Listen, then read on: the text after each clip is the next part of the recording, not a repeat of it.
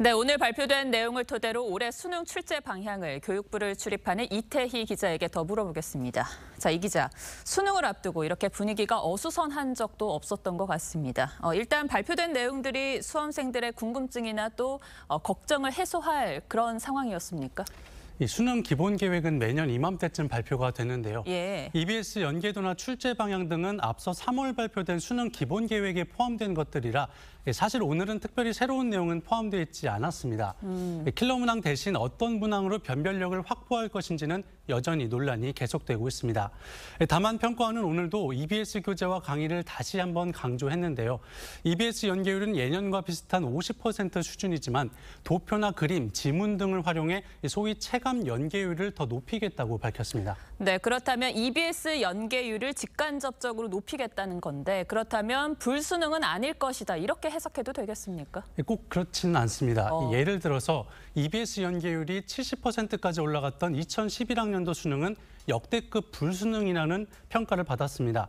EBS 연계율과 난이도가 어떤 특별한 상관관계가 있다고 보기는 어렵다는 얘기죠. 예. 올해는 교육당국이 킬러 문항을 내지 않겠다고 밝힌 만큼 EBS 교재 내에서 고난도 문제들이 변형이 되면 그만큼 난이도가 올라갈 수도 있다는 분석이 나오고 있습니다. 사실 교육부가 킬러 문항을 공개하면서 어떤 유형의 문제는 내지 않겠다라는 것은 알렸지만 또 반대로 생각하면 어떤 식의 문제가 나올지에 대해서는 아직 물음표인 것 같습니다. 전문가들은 좀 어떻게 전망을 하고 있습니까?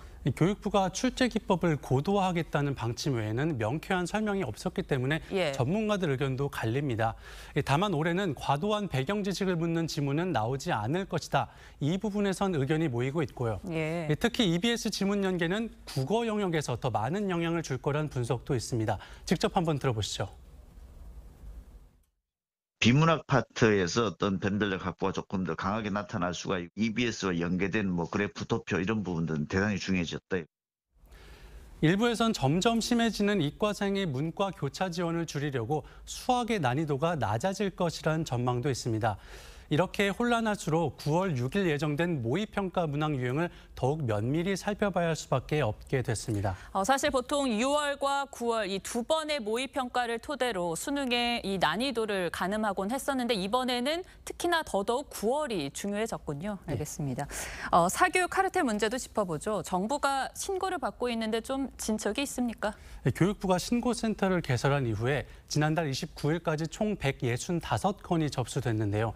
그 가운데는 학원 강사가 수능 관계자를 만났다고 언급했다는 내용 등 사교육업체와 수능 출제자 간 유착이 의심되는 신고도 포함이 돼서 교육당국이 조사하고 있습니다.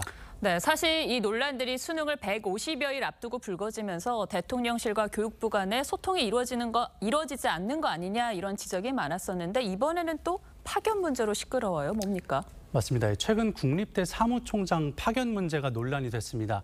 관행적으로 교육부 공무원들이 국립대 사무국장 자리에 파견돼 왔었는데요. 교육부는 지난해 9월 타 부처와 민간에 이 자리를 개방하겠다고 발표했었죠. 그러나 이에 대해 윤 대통령이 최근 자리 나눠 먹기다 이렇게 질타한 것으로 알려져서 양측이 충분히 소통하지 못한 것 아니냐 이런 지적이 나왔습니다. 수능 킬러 문항 배제도 최근 갑작스럽게 발표가 이루어졌지만 대통령실에선 3월부터 지시가 있었다고 설명하고 있습니다. 네, 정말 수능이 얼마 남지 않은 만큼 더 이상의 혼란은 좀 없어야겠습니다. 이 기자 잘 들었습니다.